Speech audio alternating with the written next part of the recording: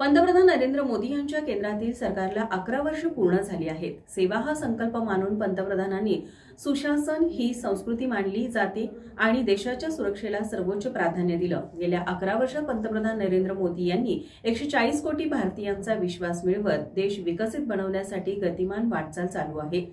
Operation सिंदूरद्वारे भारतातील पाकिस्तानच्या दहशतवाद्यांचे अड्डे उद्ध्वस्त केले आणि दहशतवादाला घरात घुसून उत्तर दिले जाईल असा संदेश दिला. गेल्या 11 वर्षात विकसित भारतासाठी पंतप्रधान नरेंद्र मोदी यांच्या नेतृत्वाखाली भाजप सरकार सर्व स्तरावर यशस्वी झाले आहे, अशी माहिती भाजप खासदार धनंजय महाडिक यांनी पत्रकार परिषदेत दिली. क्षेपणास्त्र रक्षण करणारी S-400 प्रणाली, ब्राह्मोस आकाश क्षेपणास्त्रे, INS विक्रांत, तेजस हेलिकॉप्टर भारतात बनवून भारत हा संरक्षण उत्पादनात आत्मनिर्भर झाल्याचं जगाला दाखवून दिलं. भारताची शस्त्रास्त्र निर्यात 34 पटीनं वाढून 23,622 कोटी रुपयांवर पोहोचली. हे पंतप्रधानांच्या दूरदृष्टीचं फळ आहे. भारत जगातील 4थ्या क्रमांकाची अर्थव्यवस्था बनण्याकडे वाटचाल करत आहे. जगातील एकूण डिजिटल व्यवहारांपैकी 49% व्यवहार भारतात होतात.